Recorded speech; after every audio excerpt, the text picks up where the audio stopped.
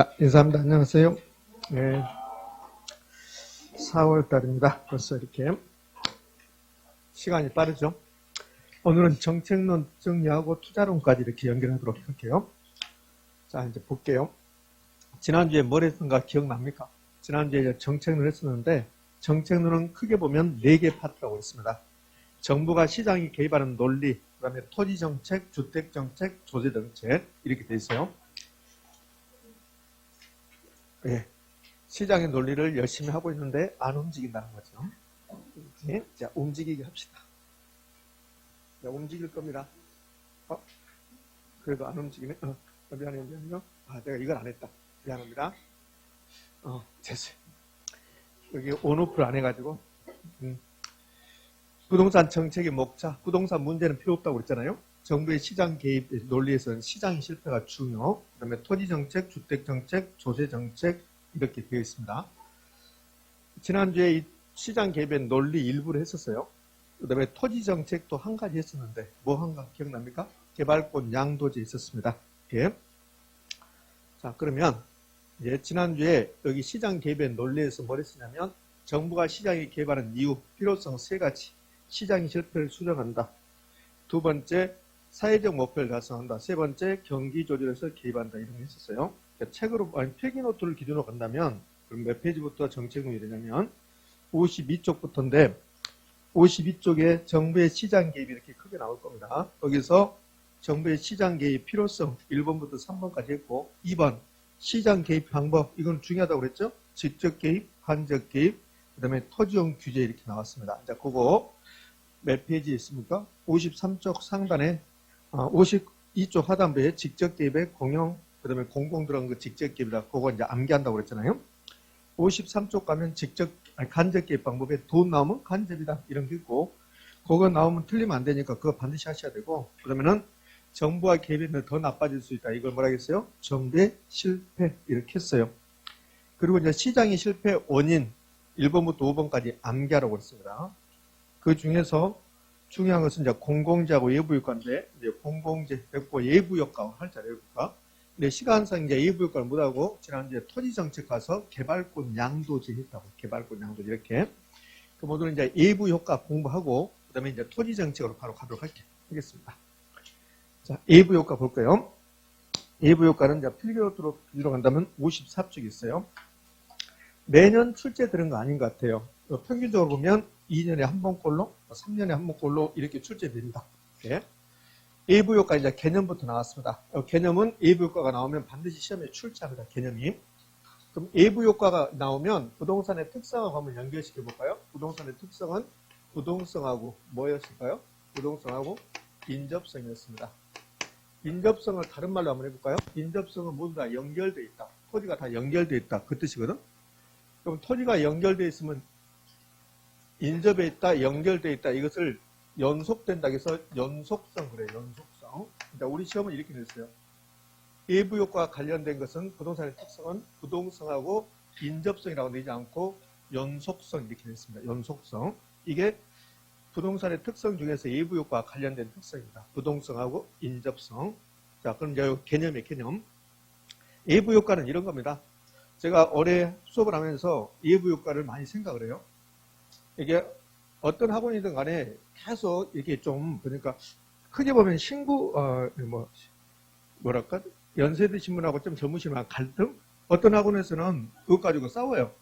젊은 사람의 행동 가지고 이렇게 연세대 신분들하고 이렇게 싸움이 있었다고 학원에서 실제로 어떤 학원에서 아주 심각한 일이 발생했어요. 그냥 뭐 이렇게 막 치고받고 싸울 정도로 실제로 젊으신 분하고 이렇게 연세대 뭐 때문에 필요 이상으로 이렇게 행동을 액션을 취한다는, 특히 다리 떤 것 가지고 심하게 싸운 적이 있다고요. 제 생각에는 다리 떤 것은 상대방이 피해를 준다고 생각을 해요. 저는 개인적으로 생각을 해요. 근데 하고 싶어도 말을 못하죠. 말하면 뭐라 하니까. 지가 뭔데 이렇게 하니까. 그죠? 굉장히 다리 떠는 것은 상대방에게 피해를 준다고 생각해요. 여러분들 실제 시험장 가서요. 옆 사람이 다리를 계속 들고 있어요. 얼마나 신경 쓰인데 그거. 그러면 시험장 가서 그런 일이 발생을 하면 말을 하셔야 돼요. 그분한테 말하면 싸운다고. 그러니까 손을 들고 감독관한테 말하셔야 나 신경 쓰지 못하겠다. 이렇게 하셔야 돼요. 신경 쓰이거든. 그것 가지고 하는데 왜 갑자기 그 말 나오냐면 외부효과가 그런 겁니다. 외부효과가 나의 행동이 의도하지 않았지만 제3자에게 이익을 주는 경우도 있고 손해를 주는 경우도 있어요. 그게 예부 효과예요. 그러니까 제가 연수업하면서 올해 예부 효과를 많이 느끼고 있다. 이렇게 학원 수업을 하면서 나의 행동이, 내가 담배 피는 행동이 의도하지 않았지만 제3자에게 손해 주잖아요. 이런 거예요, 이런 거. 이게 이제 예부 효과라고 크게 뭐 신경 쓸 필요 없고 이게 뭐 대단한 게 아니라. 그러니까 어떤 사람의 행동이 의도하지 않았지만 제3자에게 이익이나 손해를 준다고요. 그게 예부 효과입니다. 그래서 제가 그 학원에서 그렇게 딱 볼래 우리 학원에서 예부 효과가 발생했죠? 이렇게 했죠. 그러니까 뭔 말인지 몰라. 자, 그거요. 자, 이제 그러면 좀 더 본격적으로 가보면 예부 효과라는 이 개념은 시험에 매우 잘 나와요. 예부 효과가 나오면 지문 5개 만들어야 돼요. 이거 뭐 계산문 있는 게 아니잖아요. 그러니까 예부 효과가 나오면 지문 5개 만들려면 여기 개념은 거의 들어가요. 시험 지문에. 어떤 사람이 경제활동을 합니다. 경제활동은 두 가지예요. 생산활동과 소비활동. 경제활동이 생산활동과 소비활동이라고 어디서 배웠냐면 여기서 배웠죠. 여기서 배웠는데 어느 부분에서 배웠을까요? 어느 파트에서 제가 경제활동은 생산활동과 소비활동이 있습니다. 물론 시험에서 여러분들 경제활동이 뭡니까? 생산활동과 소비활동이면 그건 내잖아요. 제가 무엇을 공부하면서 여러분하고 뭘 공부하면서 경제활동이 생산활동과 소비활동이다 이렇게 말하는가요? 여러분 기억이 없죠? 기억하지 마세요. 기억하지 마세요. 그거 시험에 안 나오니까. 경기 변동할 때 그랬어요. 경기 변동할 때.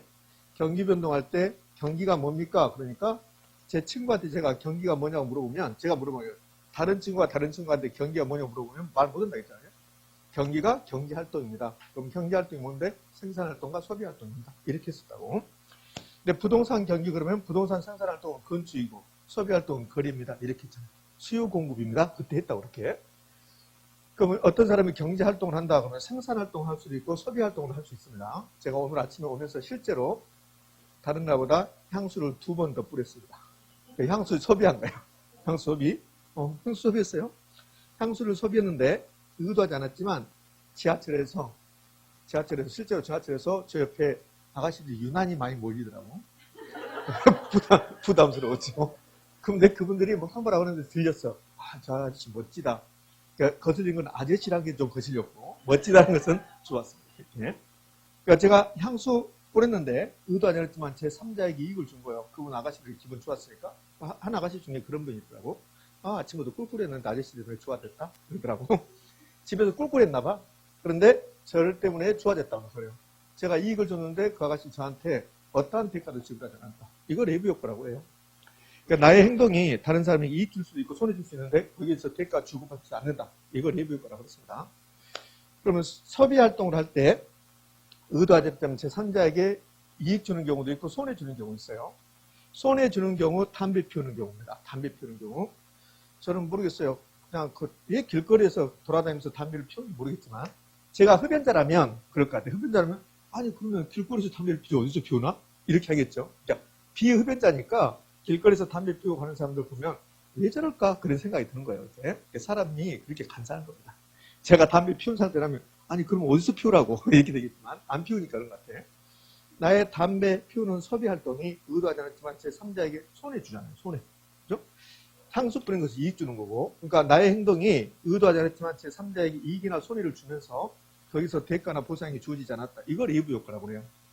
구체적으로 가면 다른 사람에게 손해를 줬는데 보상하지 않았다. 그래서 부예부 효과. 예부 불경제. 이걸 다른 말로 예부 비경제 이렇게 합니다. 이걸 요즘은 뭐라고 표현하냐면 부정적 예부 효과다 이렇게 표현해요. 부정적 예부 효과다. 근데 이익 주는 경우도 있어요.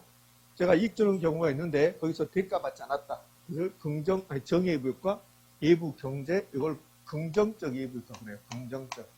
아직 우리 시험은 공인중개사 시험은 이 긍정적 예부 효과, 부정적 예부 효과라고 출제한 적은 없어요. 근데 아주 전에 이제 19회 때니까 아주 전이죠. 10년은 넘었으니까 19회 때는 이런 지문도 줬어요. 정의 예부 효과를 예부 경제라고 한다. 부예부 효과를 예부 불경제라고 한다. 이런 지문도 우리 시험에 출제했었습니다. 여기까지 되셨죠? 그러면 이제 예부 효과의 개념이 시험에 곧잘 나오니까 예부 효과가 되려면 세 가지가 있어야 된다. 첫 번째 의도하지 않아야 돼요. 의도하지 않아야 된다. 그럼 의도하고 그러면 틀린 말이야. 나의 행동이 다른 사람에게 이익을 줄 의도를 가지고 있다. 그럼 예부 효과가 아니란 말이에요. 의도하지 않고 제3자에게 영향을 미칠 것, 당사자에게 영향을 미치면 틀려요. 그러니까 의도하고 그러면 틀린 말이야. 의도한 행위가 의도한 그러면 틀린 말이 되는 거고 그러면 외부 효과가 아니라는 소리예요. 당사자에게 영향을 미쳤다. 그러면 외부 효과가 아니라는 소리예요. 그럼 이익에 대해서 대가 지불하지 않고 손해에서 보상이 이루어지지 않았다. 그러면 이익에 대해서 대가 지불하고 손해에서 보상했다. 그러면 외부 효과가 아니라는 소리예요. 그러면 이익에 대해서 대가, 손해에서 보상이 이루어지지 않았다. 이걸 경제학에서는 시장기구를 통하지 않았다 그런다고. 시장기구를 통하지 않았다. 시장은 여러분들 시장 가서 이렇게 생각하시면 돼요. 간단하게. 시장 가서 공짜로 물건을 가져올 수 있어요? 없어요? 없어요. 시장은 매우 냉정한 곳이야. 그러니까 시장은 돈이 있어야 된다고. 그러니까 시장에서는 반드시 돈이 지불돼야 된다. 여기 돈이 지불돼야 된다. 이익에서 대가, 손해에서 보상이 이루어져야 되는데 그렇지 않다는 거야. 그러면 시장에서 이루어지지 않았다. 이걸 시장기구를 통하지 않았다. 그러면 세 가지. 의도하지 않을 거, 제3자에게 시장기구를 통하지 않고 이 세 가지가 나왔을 때 외부 효과가 되는 거예요. 그럼 시험은 외부 효과란 어떤 사람이 의도된 행위가 이렇게 나온 거예요. 그러면 X.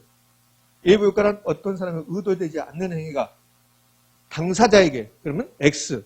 제3자에게 외부 효과란 어떤 사람이 의도하지 않는 행위가 제3자에게 시장기구를 통하여 OX, X. 됐죠?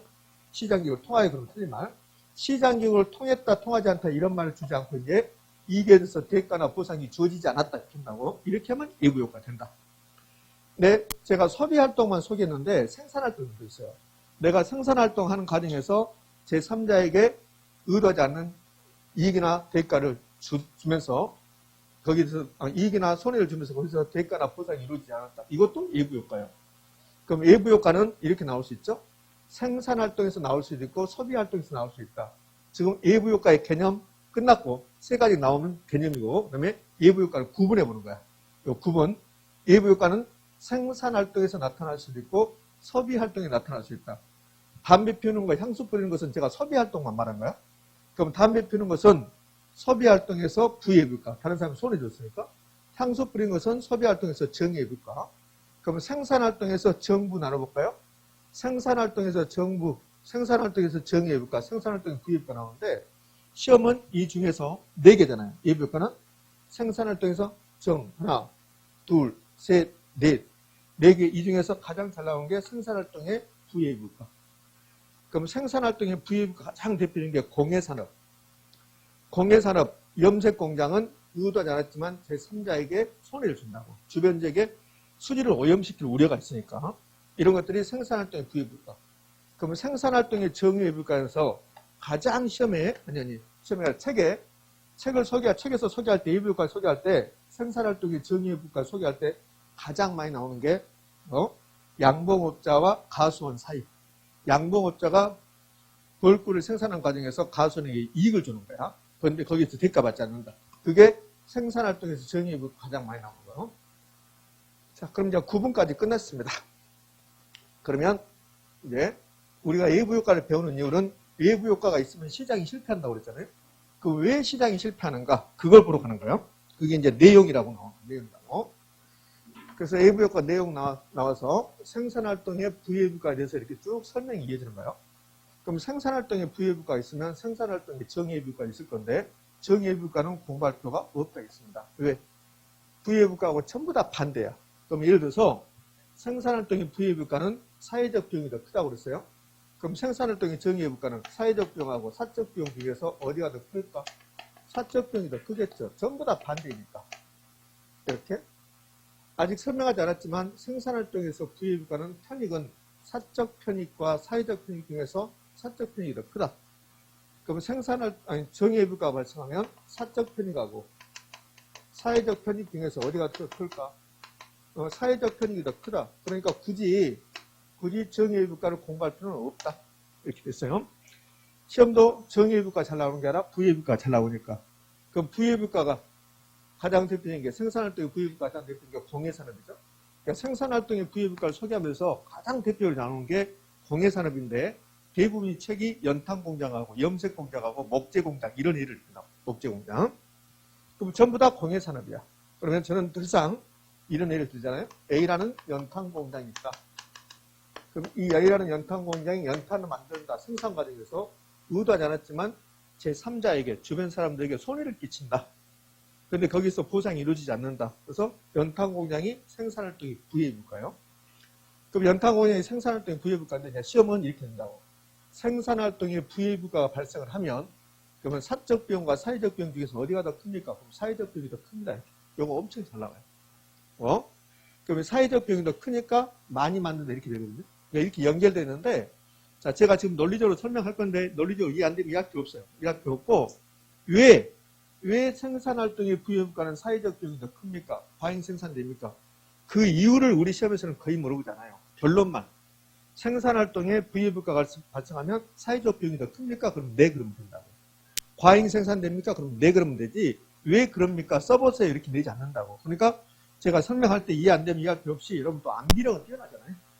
암기력은 뛰어나니까 암기하시는데 얼마나 암기력 뛰어나 중개사법 그 이상한 것을 외우고 있잖아요. 그래서 이상하게 말도 안 되게 막 외우고 있잖아. 암기력이 뛰어나잖아. 그럼 그렇게 외우시면 된다고 이렇게. 자, 그러면 이 사적 비용과 사회적 비용이 좀 알 필요가 있는데 여기가 인천입니다. 우리는 인천이라는 지역사회 그런다고 필기노트는 서울이라는 지역사회 이렇게 해놨어요. 그래서 제가 이제 인천이라는 지역사회 할 건데 필기노트는 54쪽 가면 하단부에 박스 쳐서 서울 지역사회 이 연탄군에 써놨죠? 그건 이제 우리 인천으로 바꾼다는 소리예요. 그럼 인천이라는 지역사회에서 이루어지는 모든 비용은 인천이라는 지역사회에서 이루어지는 모든 비용은 인천의 사회적 비용이라고 해요. 인천에 저하고 아주 절친한 선배분이 한 분 사시는데 아주 바빠서 잘 못 만나는데 어제 전화가 오셨더라고. 어제 전화 와서 잘 사니? 그렇게 전화. 어제 아니라 그제 왔다. 그제 전화 와서 잘 사냐고 했는데 그분은 술을 너무 좋아해.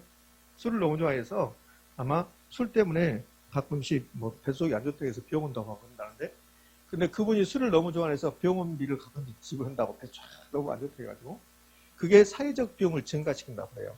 그분이 술을 많이 안 드셨으면 그러면 병원 안 갔을 텐데 술을 너무 많이 드셔가지고 병원에 자주 간다. 그게 사회적 비용을 증가한다고 해요. 그러면 우리 인천광역시는 다른 광역시에 비해서 만약에 예를 들어서 교통 질서를 잘 지키지 않는다. 그러면 교통사고가 많이 난다. 그 다음에 쓰레기도 아무데나 버린다. 그럼 쓰레기를 청소해야 된다. 그러면 사회적 비용이 발생한다고 해요. 만약에 인천광역시 시민들은 쓰레기를 아무데나 버린다. 그럼 쓰레기 청소해야 되잖아요. 그 비용이 발생하잖아요. 그걸 사회적 비용을 발생시킨다 이렇게 하거든. 근데 인천광역시 시민들은 다른 시에 비해서 굉장히 깨끗하다. 쓰레기 안 버린다. 그러면 쓰레기 청소할 일이 없잖아요. 비용이 발생하지 않잖아요. 이렇게. 그러니까 인천이라는 지역사회에서 어떤 비용이 발생하면 그것은 전부 다 사회적 비용이다 이렇게 표현한단 말이에요.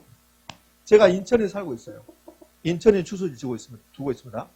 근데 어떤 이유로 병원에 갔어요. 근데 병원비에 20만 원 들어갔어요. 20만 원. 그 20만 원은 저의 비용이에요. 저의 비용. 그래서 저의 사적 비용이라고 해요.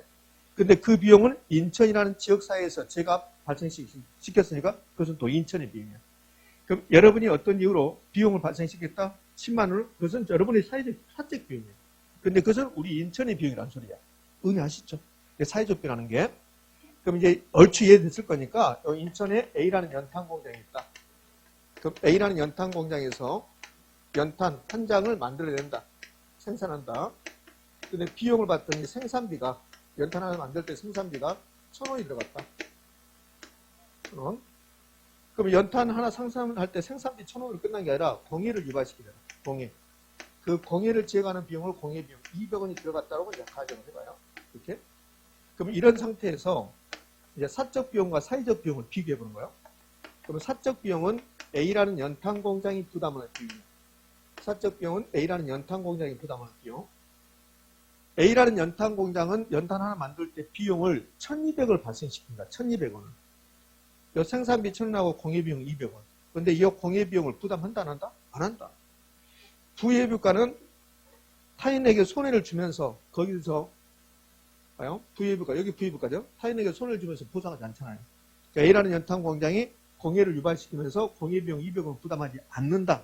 이게 부의부가란 말이에요. 그렇게 되면 A라는 연탄 공장이 연탄 하나 만들 때 1,200원을 발생시키는데 A라는 연탄 공장이 부담하는 비용, 사적 비용은 1,000원이에요. 1,000원. 자, 그러면 사회적 비용은 인천이라는 지역사회가 부담하는 비용이란 말이에요. 여기서 이제 포인트는 이 생산비 1,000원은 A라는 연탄 공장 입장에서 봤을 때는 사적 비용이에요.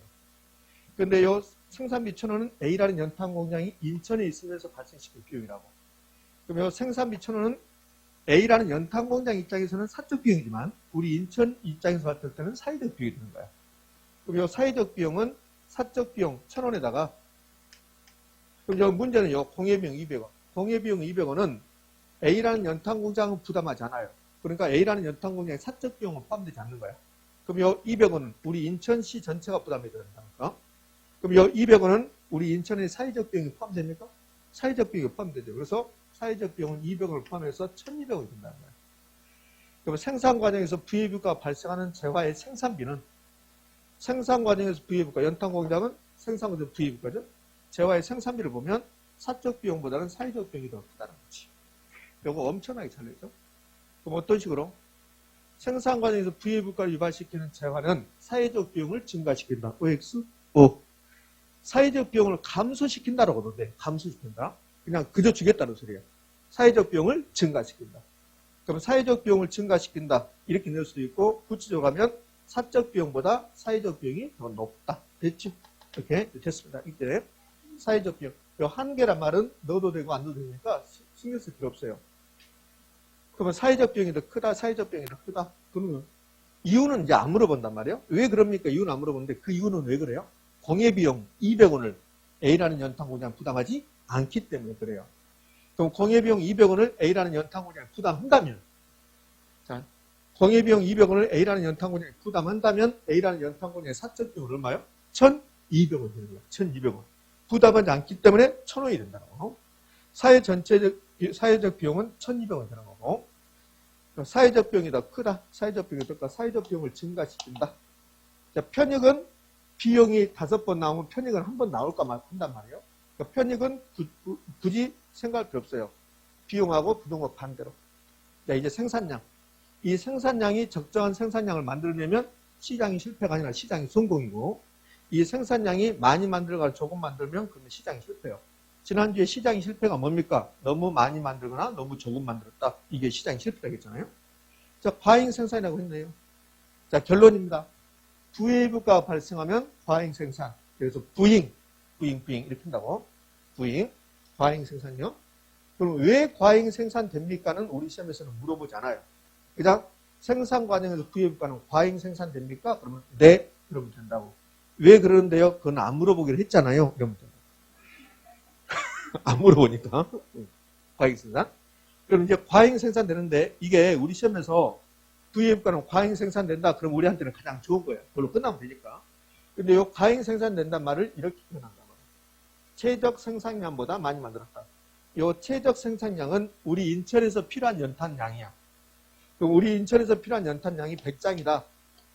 근데 100장보다 많이 만들었다. 그래서 여기 과잉 생산이 A라는 연탄 공장이 100장보다 많이 만들었다. 시장의 균형 생산량이 120장이 됐습니다. 이렇게 말해요.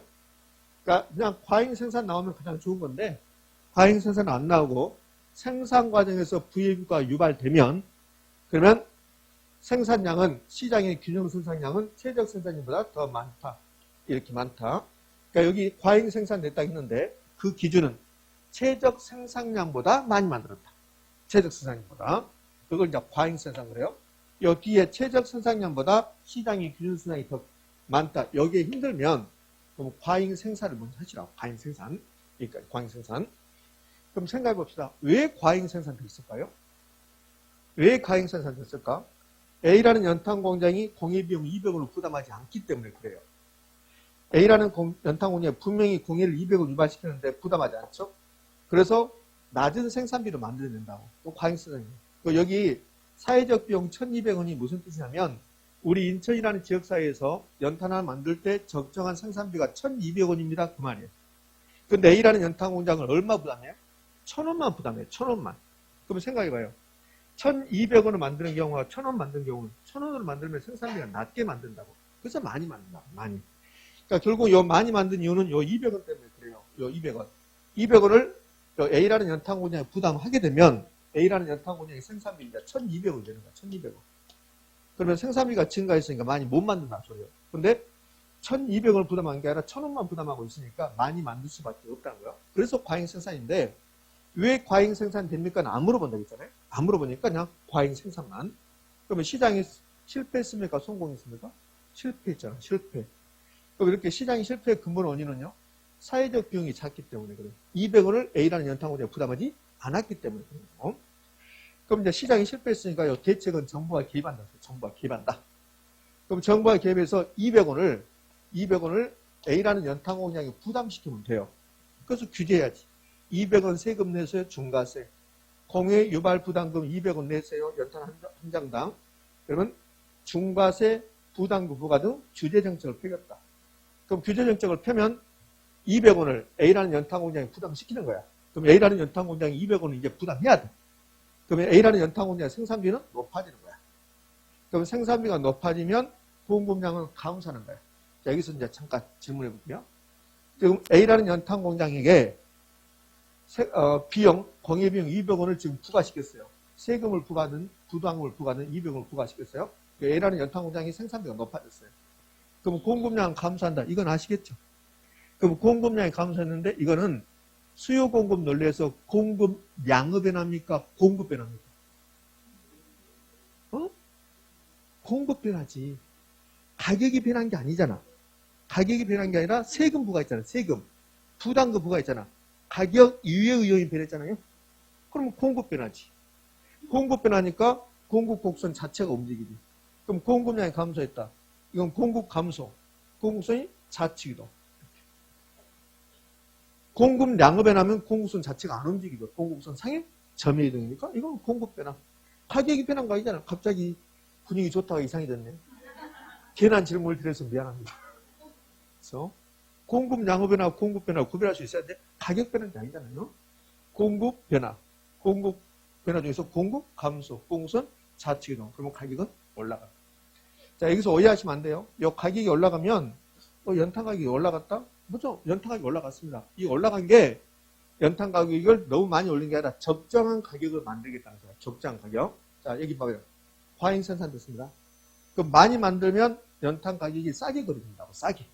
그래서 여기 이제 정부가 규제를 통해서 적정한 가격을 올리겠다. 적정한 가격이 1,000원이었는데, 한 장당 1,000원이었는데, 1,000원 아니다. 한 장당 1,500원이었는데, 너무 많이 만들어서 1,200원에 거래되고 있었어요. 1,200원에. 그래서 가격을 1,500원으로 적정한 가격을 올리겠다. 이 뜻이에요.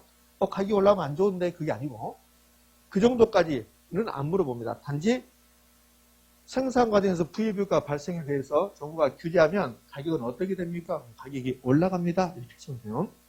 자, 그럼 끝났어요. 봐요. 부의비가 나오면 사회적 비용이 더 크다. 사회적 비용을 증가시킨다. 그러면 생산량은 과잉 생산, 과소 생산, 과잉 생산이다. 왜 그렇게 되는가는 안 물어보고, 그러면 시장이 실패했으니까 정부가 개입했는데 정부는 규제정책을 펴야 된다. 규제정책 펴는데 세금 부과한다든지 부담금을 부과해서 규제정책을 펴면 기업 입장에서 생산비가 높아지고 공급은 감소해서 가격은 적정한 가격으로 올라간다. 이런 부의비가 발생시키는 그러한 산업은 연탄공장은 제발 우리 마을 뒷뜰에, 우리 집 뒷뜰에 오지 마세요. 이런 것을 님비 현상이라고 한다. 영어 약자 뭐 하는 거? 님비 현상. 그럼 정의비가는 별도로 절대로 공부할 필요 없다. 그럼 정의비가 시험에 나오면 어차피 정의비가도 사적 비용이 더 큽니까? 사회적 비용이 더 큽니까? 과잉 생산입니까? 과소 생산입니까? 이런 걸 낸다고. 그럼 정의비가는 반대니까 사적 비용하고 사회적 비용 중에서 어디가 클까? 사회적 비용이 더 크다. 이렇게? 아니, 사적 비용이 더 크다. 그래서 잘못했어. 미안해요. 사적 비용이 더 크다. 그럼 뭔가 이상하더라. 사적 비용이 더 크다. 이렇게 하시면 되잖아요. 그런데 생산량은 과잉 생산, 과소 생산, 과소 생산이다. 왜 과소 생산을 볼까요? 사회적 비용은 1,200원인데, 1,000원인데, 사적 비용은 1,500원이다. 그럼 사적 비용은 기업이 높은 생산비로 만들어낼 수밖에 없다는 거죠. 그러니까 생산량이 적어지는 거죠. 과소 생산. 그럼 이렇게 과소 생산됐으니까 시장이 실패했어. 많이 만들고 또 실패. 조금 만들고 또 실패. 그러면 정부가 이제 개입해서 대책 나와요. 이때는 부담금 부과해야 됩니까? 보조금 지급해야 될까? 보조금. 그래서 규제가 아니라 규제를 완화시킨다. 중과세가 아니라 조세 감면. 그럼 부담금이나 보조금 지급. 이렇게 되는 거예요. 이제 됐어. 이렇게. 그 다음에 정의비가 유발시키는 시설은 우리 마을에 제발 좀 오세요. 우리 앞들에 오세요. 이것을 핀피 현상으로 해요. 핀피 현상. 선생님 영어로 써봐. 못 써. 못 쓰니까. 이렇게 나 핀피 현상. 자, 여기까지가 경제학적 의미에서 예구효과입니다. 그럼 이제 우리 부동산으로 오면 이제 이런 게 있다고, 이런 게 좀 있으면 가볍게 언급할 거예요. 우리 부동산으로 오면 아파트 단지 인근에 생태공원이 들어왔다. 그러면 그것은 정의해볼까입니까? 부의해볼까? 당연히 정의해볼까죠. 생태공원 들어가면 정의해볼까죠. 그럼 정의해볼까 발생하면 이 지역의 아파트 수요는 증가할까 감소할까? 증가하겠네. 그럼 수요 곡선이 우측 이동하겠네. 이걸 좌측 이동이라고 우리 시험에 했었습니다. 이거는 2번은 이제 토지 정책에서 바로 배우게 됩니다. 자, 여기까지가 예부 효과였습니다. 중요한 내용이요. 그럼 이제 마지막에 네 번째가 그러면 예부 효과가 발생하면 해결해보자. 해결책. 예부 효과의 해결책이 나와요. 자, 필기노트는 해결책이 몇 페이지가 있냐면 55쪽에 4번 예부 효과 해결 방법에서 가운데쯤 있죠? 그렇게 잘 나오진 않습니다. 자, 그러면 이제 두 가지가 있어요.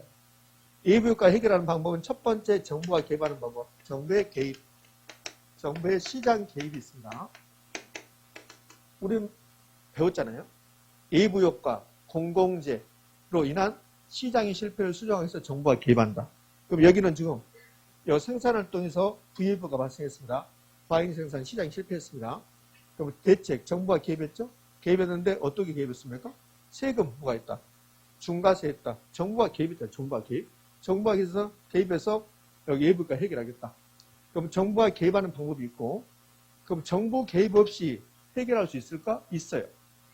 정부 개입 없이 예부가 해결할 수 있습니다. 그러니까 사적 주체끼리, 사적 주체, 협상을 통해서 해결할 수 있을 것이다. 그럼 이렇게 하면 돼요. 연탄공장 사장하고 그 지역, 피해를 본 지역의 주민대표가 만나서 주민대표가 연탄공장 사장님한테 뭐라 그러면 연탄 하나 만들 때마다 이 지역에 공해가 200원 발생했으니까 연탄공장에서 200원 주세요. 이렇게 200원 주세요. 그러니까 연탄공장 사장님 오케이 드릴게요 된 거야. 그러면 정부의 개입 없이 예부효과가 해결됩니까? 안 됩니까? 되는 거잖아요. 정부의 개입 없이. 그게 사적 주체끼리 협상을 통해서 해결할 수 있다는 거예요. 그럼 여기는 아주 잘 나오는 건 아니지만, 자, 봐봐요. 속으면 안 돼요. 예부 효과를 해결하기 위해서 반드시 정부가 개입해야 된다. OX. X. 정부 개입 없이 사적 주체끼리 협상을 통해서 해결할 수 있다, 없다? 있다. 필기노트에 가로 열고 코즈 정의라고 나와요. 코즈 정의. 코즈는 사람 이름이에요. 미국 경제학자 코즈라는 사람이요. 이 코즈라는 사람이 예부 효과를 연구한 거야. 그래서 예부 효과를 연구하면서 코즈가 뭐라고 하냐면, 이 코즈 정의가 예부 효과를 해결하기 위해서 반드시 정부가 개입할 필요 없다. 사적 주체끼리 협상을 통해서 해결할 수도 있다. 이게 코즈 정의입니다. 그러면 코즈 정의에 의하면 예부 효과를 해결하기 위해서 정부가 반드시 개입해야 된다. OX, X. 정부 개입 없이 사적 주체끼리 해결할 수도 있다. 됐죠? 네, 여기서 이제 우리 시험에 나왔던 거. 좋아. 그러면 사적 주체끼리 예부 효과를 해결할 수 있다는데 실질적으로 그게 가능한 거 보자. 실질적으로 불가능하다. 왜 실질적으로 불가능할까요? 자, 마을 주민 대표가 여기 연탄공장 사장 만나서 이제 커피 마시면서 이야기를 하지. 연탄 하나 공장 만들 때마다 당신의 연탄공장에서 연탄 하나 만들 때마다 공해가 200원 발생합니다. 이렇게 주장을 하니까 연탄공장 사장님이 그래요. 공해 발생한다는 것은 내가 인정한다. 근데 200원은 인정할 수 없다. 어떻게 200원이냐? 근거 대봐라. 그거 마을 대표가 이제 근거 되겠지. 역학조사 했다. 그러니까 이제 사장님이 그러겠지. 이거는 우리 잘못도 있지만 바람이 잘못 불어서 그랬다. 바람이 오른쪽으로 불어서 그랬는데 왼쪽으로 불어가지고 그러게 됐다. 그래서 200원이 나오면 난 단정할 수 없다. 198원 하자. 이렇게 할 수 있죠. 그러니까 사실상 불가능하다. 진상조사가 어려워요. 이게 왜 연탄 공장에서 연탄 분이 날렸는데 이게 어떤 이유로 그걸 갔는지 파악하기 쉽지 않잖아요. 그러니까 이론적으로는 사적 주체끼리 해결할 수 있지만 현실적으로는 불가능하다. 그게 이제 우리 시험 지문이었어요. 현실적으로 불가능한 경우가 많다. 그러나 이론적으로는 사적 주체끼리 협상을 통해 해결할 수 있다, 없다? 있다. 됐죠? 자, 여기까지 해서 이제 예부 효과가 정리됐습니다. 그럼 예부 효과가 나오면 개념부터 해서 예부 효과 구분하고 이 표를 기억하는 거. 이 표도 제가 설명하기 위해서 장한 게 있지만 사실은 부예부 효과, 그런 사회적 비용이 더 크다. 과잉 생산, 대책은 규제, 그러면 끝나는 거지. 이렇게. 저는 쉽지만 우리는 힘들다. 그럴 수 있겠죠. 자, 이제요. 정책론, 이제 총론이 끝났으면 이제 강론으로 가야 돼요. 이제 토지정책 가기 전에 이제 기출지문이 여기 나왔으니까 한번 보도록 합시다. 1번 공공재 정보의 비대칭성, 예부효과 불안정인시장, 재화의 동질성은 시장의 실패 원인이다. 29회 때 나왔는데, 이 1번은 여러분이 시장의 실패 원인을 지금 암기하고 있는가, 암기력 테스트예요. 제가 한번 해볼게요. 시장의 실패.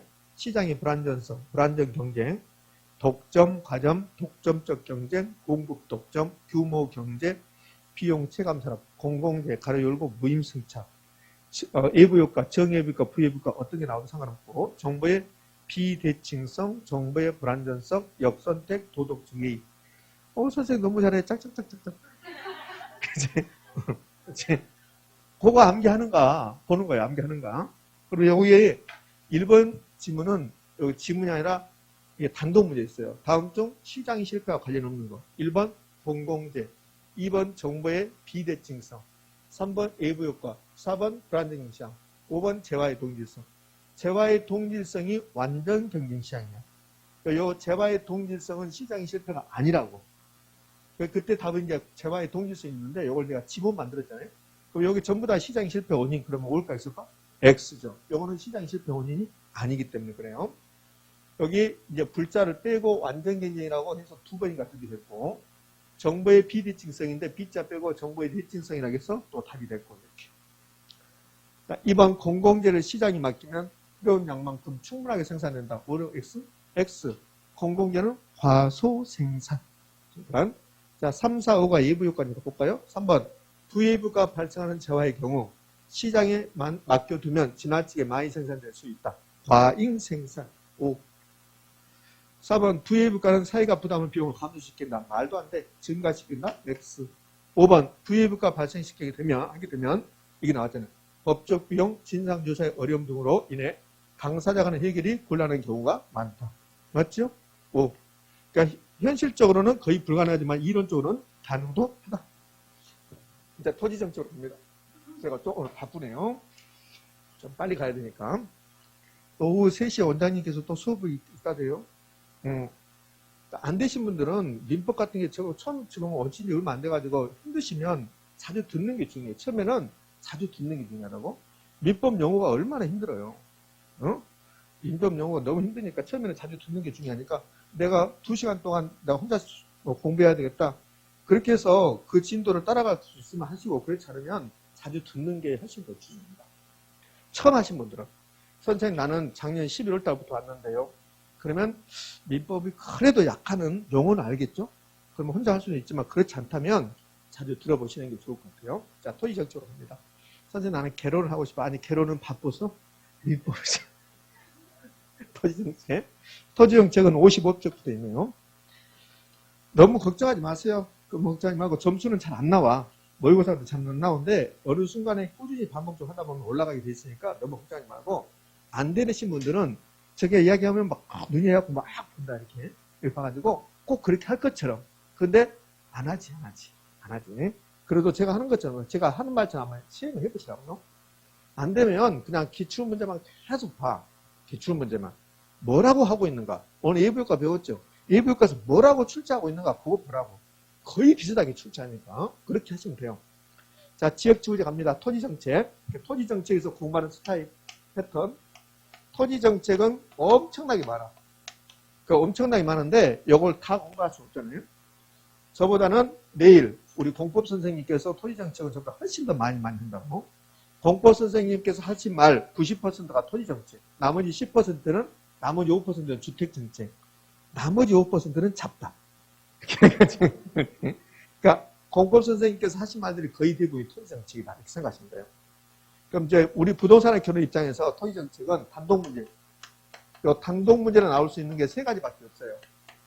그게 지역지구제죠. 지역지구제하고 또는 개발권 양도제하고 지난주에 했잖아요. 개발권 양도제 우리나라에 시행합니까? 시행하지 않습니까? 시행하지 않습니다. 그게 개발권 양도제에서는 시험에 가장 잘 나와요. 작년에도 나왔어. 개발권 양도제 시행합니까? 시행하지 않는데 듣기는 했어요. 이렇게 치면 돼요. 그렇지 이렇게. 그 다음에 토지은행이라는 게 있다고. 토지은행. 요 3가지가 단독문제에 나올 수 있다고. 그리고 지문 주는 거. 지문 주는 것은 엄청나게 많아. 지문 주는 것은. 그러니까 좀 디테일하게 공부할 것은 지역지구제, 개발권 양도제, 토지은행인데 개발권 양도제, 토지은행, 개발권 양도 지난주에 했으니까 토지은행은 40년 동안 우리 시험 40년 동안 토지은행만 낸 것은 토지은행을 단독문제 낸 것은 딱 2번밖에 안 돼요. 17회하고 28회. 그럼 토지은행도 단독문제 잘 나오지 않는다는 거예요. 그러니까 토지정책이 많이 나오면 2문제고 그렇지만 1문제인데 만약에 지역지구제를 내버리면 나머지를 낼 수가 없잖아요. 그래서 토지정책은 최근에 이렇게 출제해요. 다음 중 토지정책에 관한 설명으로 틀린 것 그래요. 그럼 1번 지역지구제, 2번 개발권 양도제, 3번 토지은행, 4번 토지선매, 5번 적성평가 이렇게 개념만 물어본다는 거예요. 개념만. 이렇게. 그러면 지문 주는 게 이제 기타 토지정책이라고 있어요. 여기 이제 지역지구제가 있고, 봐봐요. 앞에 세 개가 단독으로 나올 수 있는 거. 지역지구제 있죠? 그 다음에는 개발권 양도, 지난주에 했던 거. 그 다음에 토지은행, 이렇게 단독으로. 그리고는 지문 주는 게 이제 기타 토지정책이라고 했어요. 기타 토지정책. 이것들은 지문 주는 거야. 지문. 그러면 토지 적성평가를 한 문제, 개발제한부에 한 문제, 토지 선매를 한 문제 이렇게 안 만든다는 소리야. 이거는 이제 지문 주는 거야. 그러면 지문 주면 토지 선매가 뭔데요? 적성평가가 뭔데요? 개발제한구에게 뭔데요? 이렇게 개념만. 그럼 이제 지역지구제를 한번 가보도록 합시다. 지역지구제가 토지정책에서 가장 중요한 말입니다. 지역지구제는 저에게 배울 수 있는 내용이 있고 공포쌤한테 배운 내용이 있고 그래요. 시험은 최근의 경향은 공포쌤한테 배운 내용이 우리 부동산 경영에서도 잘 나온다. 그래서 내일 다 참가하셔서 공법을 공부하시라고 이렇게. 네. 자, 가봅시다. 지역지구제가 뭔지. 지역지구제는 토지용 규제입니다. 토지용 규제. 네 땅인데 네 마음대로 하지 말아라. 토지용 규제 문자 그대로잖아요. 토지 이용을 규제한다. 누가? 정부가.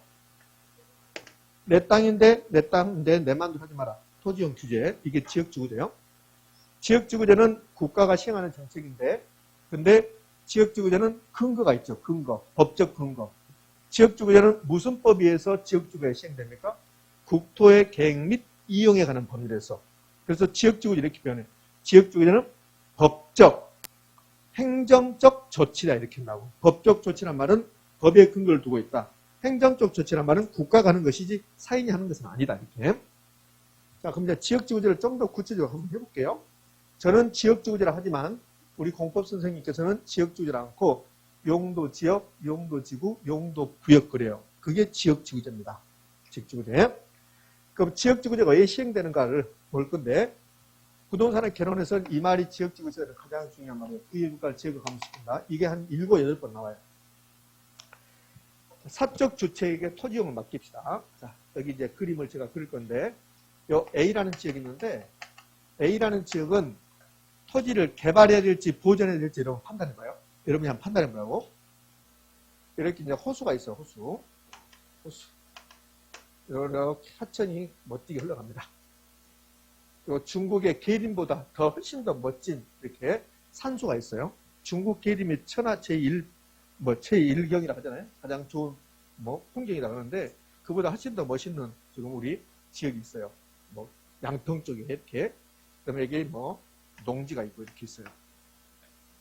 그다음에 여기도 농지가 있고 이렇게 있죠. 아주 수려하죠. 이게 지금 A라는 지역인데 그러면 이 A라는 지역은 누가 봐도 토지는 이 지역은 보존해야 돼. 보존. 토지의 용도는 두 가지밖에 없어요. 여러분들. 토지 용도는 개발 아니면 보존이야. 개발 아니면 보존. 누가 봐도 A 지역은 개발해야 됩니까? 보존해야 됩니까? 보존해야 돼요. 이렇게 보존해야 되는데 이 지역의 토지용을 사적 주체에게 맡겨요. 그럼 사적 주체에게 맡겼단 말은 토지 소유자들에게 맡겼다는 소리야. 정부가 개입하지 않고. 그럼 토지 소유자들을 맡겨놓으면 자기 이익을 추구해. 사적 주체는 자기 이익을 추구하니까 이 지역이 보존해도 불구하고 보존하지 않는다는 거예요. 그럼 어떤 이용이 이루어지냐면 제가 여기 땅이 하나 가지고 있는데 여기다 제가 뭐 한다겠어요? 염색공장. 염색공장이 생각났으면 됐어요. 염색공장. 그래서 다른 사람이 비판하지. 그 물 좋은 곳에 염색공장을 하면 되겠습니까? 저한테 그러니까 제가 뭐라지? 염색은 물이 좋아야 되거든. 이렇게 하면서 그래서 염색공장 할 거예요. 염색공장 할 거고 저는 소고기보다는 돼지고기 좋아해서 여기다 양돈장 할 겁니다. 여기 또 내 땅이 있거든. 양돈장. 소고기보다는 염소고기 좋아해요. 또 여기다는 염소를 키울 겁니다. 염소. 이렇게 할 거예요. 제 친구는 돈 벌어서 여기다 모텔 짓는데 제 친구는 여기다 또 공장 짓는데 재밌죠? 이게 사적 주체에게 토지용을 맡기면 이렇게 하는 거라고. 그럼 사적 주체에게 토지용을 맡겼더니 자기 마음대로 이용을 해요. 그럼 이 지역은 보존해야 되는데 지금 무분별한 개발이 이루어지죠. 그러니까 토지용이 상충되는 거야.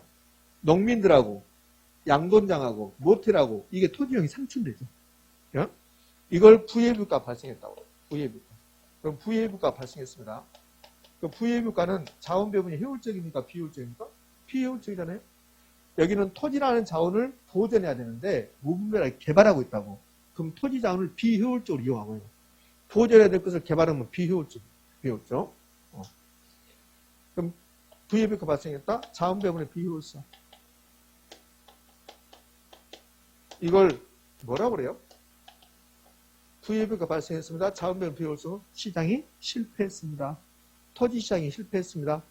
토지 시장은 보존할 것은 보존하고 개발할 것은 개발이 자연스럽게 조화가 이루어져야만이 토지 자원이 효율적으로 배분된 건데 사적주택이 맡겼더니 VAB가 발생해서 자원 배분 비효율성 시장이 실패했다는 거죠. 시장이 실패. 그럼 시장이 실패했으면 토지 시장에서 자원 배분 잘못됐으면 정부가 개입해야 되죠. 그럼 정부는 어떻게 개입할까? 토지용을 규제하죠. 그럼 VAB가 발생해서 이 VAB가를 제거 감소시키기 위해서 토지용을 규제. 토지용을 규제하는데 토지용의 규제 수단이 지역지구제. 여기는 자연환경 보존지를 지정하자. 이게 지역지구제예요. 제가 장항이 설명했잖아요. 지역지구제는 사적주택의 토지용을 맡겼더니 VAB가를 효율적으로 조절하지 못한다. 토지자원을 효율적으로 배분하지 못한다. 그때 정부가 개입해서 토지용을 규제하는 정책 수단이 뭐다? VAB 효과다. 아니, 지역지구제다. 미쳤나봐. 지역지구제다. 지역지구제다. 그러니까 지역지구제에서 가장 중요한 말이 요 VAB가 제거 감소. 자, 그러면 지역지구제는 외부 효과에 대한 해결 수단이 될 수 없다. 그게 실제 시험 문제입니다. 지역지구제는 외부 효과에 대한 해결 수단이 될 수 없다. OX, X 될 수 있다. 그러니까 지역지구제의 주 목적은 외부 효과, VAB가를 제거 감소시키기 위한 것이다. 자, 필요성 나왔는데 필요성 VAB가 제거 감소. 그리고 여기에 토지 자원을 개발하고 보존할 것, 보존하고 조화를 이루어보죠. 결국은 VAB가 제거 감소입니다. 요거가 필요 없어요. 문제점 하나만 보고 갑니다. 지역지구제의 가장 큰 문제점은 형평성이 문제예요. 내 땅이 개발 제한구로 지정됐습니다. 그러면 좋아할 사람 한 명도 없어요. 자기 땅이 개발 제한구로 지정됐다. 그럼 좋아할 사람 한 명도 없잖아요. 그럼 개발 제한구로 지정되는 순간 땅값은 떨어질 거예요.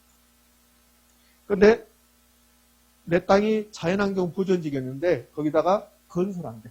거기를 개발한대. 그러면 얼마나 좋겠습니까? 땅값이 올라가니까. 그러니까 지역지구제의 가장 큰 문제점은 어느 지역은 개발이 이루어져서 지가가 상승하고 어느 지역은 자연환경 보존지역, 어느 지역은 개발 제한구를 지으면서 땅값이 떨어지고 지가 하락하고 그러면 어느 지역은 가격 올라가서 이익 보고 어느 지역은 가격이 떨어져서 손해보고 이게 형평성이 맞아요? 안 맞아요? 안 맞죠. 토지 수요에 관한 형평성이 문제. 이게 지역지구제에서 가장 큰 문제점. 제가 장황히 설명했는데 결국은 지역지구제는 VAB가 제거 감소. 이게 가장 중요한 말. 문제점은 어느 지역은 지가 올라가고 어느 지역은 지가 떨어진다. 이거. 저한테 배울 수 있는 것은 이것밖에 없어요. 그럼 이거 가지고 단독문제 낼 수 없으니까 출제자는 이제 공법 선생님한테 배웠던 내용, 공법 내용을 여기 이 문제에 끌어들인 거야. 그럼 공법 시간에 지역지구제를 배우면서 국토, 계획 및 이용에 관한 법률에서 배웠다고 이제. 5번이 공법 선생님한테 배우는 거예요. 국계법상 용도 지역이 있고 용도 지구가 있고 용도 구역이 있을 거라고 봐요. 국계법을 보면 용도 지역이 있고 용도 지구가 있고 용도 구역이 있는데 이 자세한 내용은 공법생한테 배우는 거고 우리 부동산학 개론에서는 용도 구역, 용도 지구에 대해서는 자세히 물어본 적이 없어요. 그럼 뭔만? 용도 지역만 물어봅니다. 그럼 용도 지역을 물어보는데 용도 지역은 도시지역, 관리지역, 농림지역, 자연환경보존지역 이렇게 되어 있다. 그래서 요거는 잘 나와요. 이렇게 된다고. 우리 부동산의 개론인데 국토 계획 및 이용에 관한 법률에서는 토지를 용도지역, 도시지역, 관리지역, 농림지역, 자연환경보존지역으로 이렇게 구분하여 용도지역을 지정한다. OX5. 그리고 여기서 용도지역이 도간농단대, 도시지역, 관리지역, 농림지역, 자연환경보존지역인데 농림지역이 딱 농림지역이란 말만 나오지 자세하게 물어본 적이 없고 자연환경보존지역도 마찬가지고 관리지역도 마찬가지입니다. 그럼 뭘 낸다? 도시지역을 낸다. 도시지역을. 그럼 도시지역을 내는데 이제 도시지역이 어떻게 나눠지냐? 도시지역은 주거지역, 상업지역, 공업지역, 녹지지역, 주상공록 그렇다. 그럼 여기서 상업지역이 상업지역이 무슨 뜻이고 뭐가 있습니까? 어떻게 나눠집니까? 그걸 우리 부동산을 개로서 낸 적이 없다. 그럼 뭐만? 주거지역만 내고 있다. 주거지역은 세 개로. 전용 주거지역하고, 일반 주거지역하고, 그리고 준주거지역하고, 준주거지역하고, 이렇게 세 가지가 있다. 그래서 전일중 그러잖아요. 전일중. 그러면 이제 우리 시험에서 이제 한 4번, 3번인가 나왔던 게 전용 주거지역과 일반 주거지역 요 두 개를 여러분이 구별할 수 있는 거. 준주거지역은 안 나왔어. 준주거지역은. 그러니까 이게 전용 주거지역하고 일반 주거지역을 구별할 수 있는가를 한 3번 정도 물어봤습니다. 그러면 전용 주거지역, 일반 주거지역 이제 구별할 건데 여러분 다 공포선한테 배우셨잖아요. 전용 주거지역은 양호한 주거환경 보호할 지역이고 일반 주거지역은 편리한 주거환경을 만들어내는 지역이고 그럼 아파트 단지는 편리하게 주거환경을 만든 거라고. 아파트 단지가 주거환경을 편리하게 만들었잖아요. 조성했잖아요. 보호하는 거하고 조성하는 거 다르죠. 보호하는 것은 원래부터 양호하니까 그래서 보호하잖아요. 조성은 새롭게 만든다는 소리라고. 그러니까 전용 주거지역은 양호한 주거환경 보호인데 이 보호에 초점이 맞춘 거 아니에요. 사실은 우리 취업 공부 목적상은 보호가 중요한 게 아니라 전용 주거지역은 양호한이 중요한 말이에요. 양호한. 일반 주거지역은 편리한이 중요한 말이고. 예? 그래서 이제 애우기에서 전양 1편 이렇게 오라겠잖아요. 전용 주거지역, 양호한, 일반 주거지역, 편리한. 이렇게 하면 안 잊어버립니다. 그럼 전양 1편 이렇게 외웠는데 전용 주거지역, 일반 주거지역만 쓰면 좋을 텐데 이게 또 나눠진다는 거야.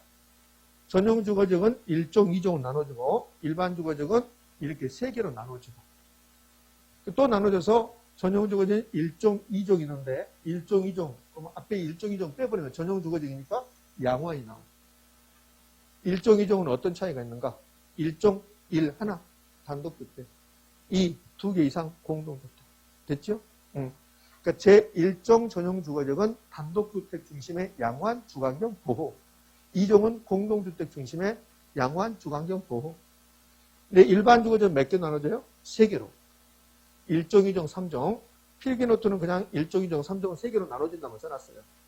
그럼 1종 일반 주거지역 2종 일반 주거지역 제3종 일반 주거지역이 있는데 어떤 차이가 있을까? 전부 다 일반 주거지역이니까 편리한 주거환경 이렇게 나온다고 편리한 주거환경 그럼 1종, 2종, 3종의 차이점은 층수 주택의 층수 1, 2, 3 중에서 가장 낮은 건 뭡니까?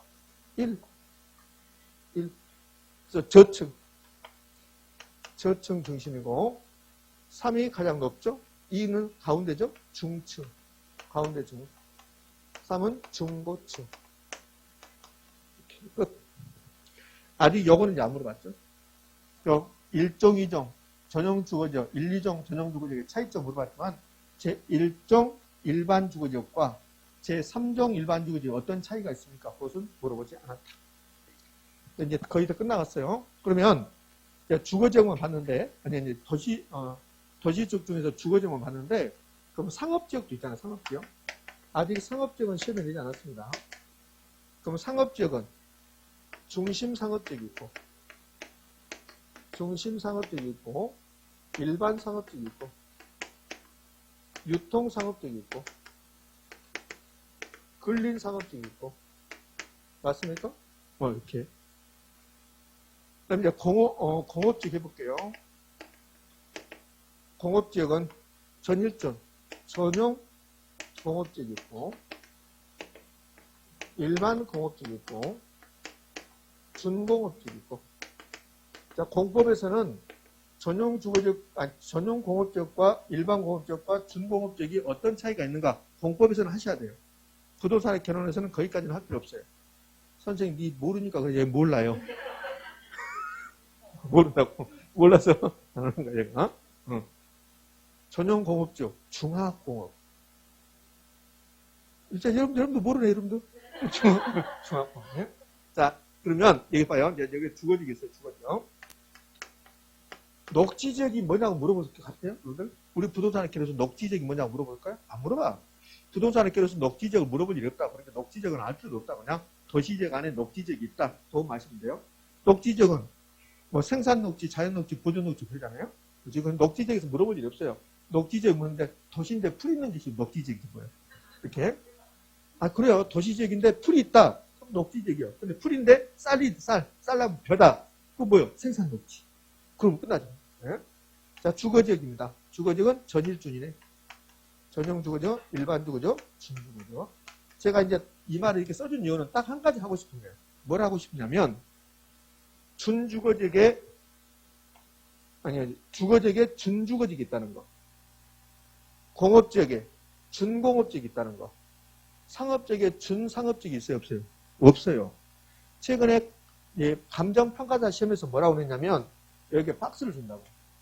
이 박스를 주고 나서 여기다가 기억, 니은, 디귿 이렇게 써주면서 이런 걸 집어넣어준다고. 전용 주거지역,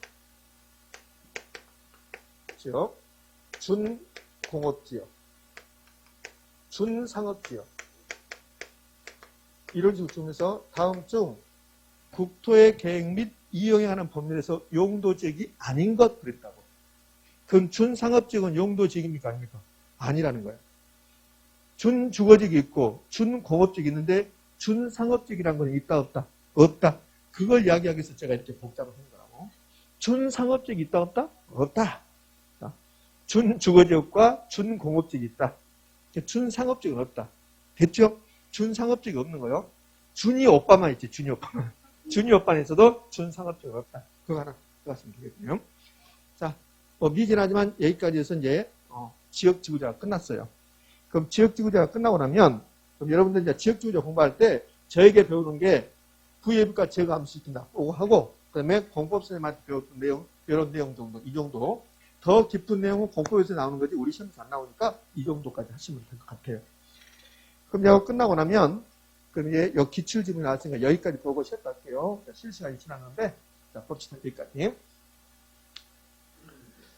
자 1번 지역지구자는 사적시장이 외부 효과에 대한 효율적인 해결책을 제시 못할 때 아까 사적 주택이 맡겼더니 염색공장 만들고 양동장도 만들고 모텔도 만들고 그랬잖아요. 그게 사적 시장에서 외부 효과에 대한 효율적인 해결책을 제시 못하잖아요. 정부에서 채택되는 부동산 정책의 한 수단이다. OX. 5. 2번 지역 용도 지역주제는 토지형을 짜나요. 용도 지역주가 토지형 규제야. 거기 자연환경 보존적이니까 거기다가 모텔 치지 마. 이렇게 되는 거예요. 지역에 따라서 어느 지역은 집가 상승, 어느 지역은 집가 하락할 수 이야기할 수 있다. 이건 OX. 5. 이게 지역주제의 문제죠. 3번 국토의 계획 및 이용이라는 법령상 용도지역과 용도지구는 중첩에서 지정할 수 있다. 요거는 말 안 했죠. 제가. 요거는 이 앞에서 했죠. 앞에서. 우리 부동산을 분류할 때 이건 다 했다고. 그럼 용도지역과 용도지구는 중첩에서 지정할 수 있다. OX. 오. 용도지역끼리만 안 되는 거야. 용도지역끼리만. 아, 늦었어. 용도지역끼리만 안 된다. 용도지역끼리만. 용도지역끼리만 중복 지정되지 않는다. 여기는 용도지역하고 용도지구라고 했잖아요. 그러니까 중복지를 지정할 수 있는 거지. 걱정하지 마. 이거 모르는데 높은 점수가 안 나올 거니까 여러분들 높은 점수가 나오려고 걱정하지 마라고. 앞으로 몰랐으니까. 이것도 안 되는데 무슨 높은 점수야. 용도지역끼리만 안 되는 거. 이것도 안 되는데 쉬는 시간을 생각하지 말라니까. 쉬는 시간 많게 하는 거야. 이것도 안 되는 거야. 용도지역끼리만 안 되는 거야. 그럼 여기다가 역자 보세요. 용도지역과 용도지역은 중복에서 지정할 수 있다. 그러면 X가 되는 거야. X가. 역자가 아니라 구자니까 틀린 지명이다. 옳은 지명이다. 자, 4번 용도지역지구는 토지인 수반되는 부의물가를 제거하거나 완화시킬 목적을 지정하고 지역과 지구별로 여기까지 오죠?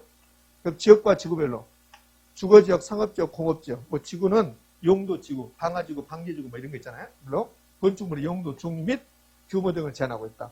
용도 지역에 따라서 건축물의 종류가 달라지잖아요. 이거 나오잖아요. 다음 중 아파트를 건설할 수 없는 지역은 이런 거 나오잖아요. 그 말이죠. 그 말. 그 다음에 규모는 뭘까? 규모는 건폐율 용적률. 건폐율 용적률이 용도 지역마다 같아요? 달라요?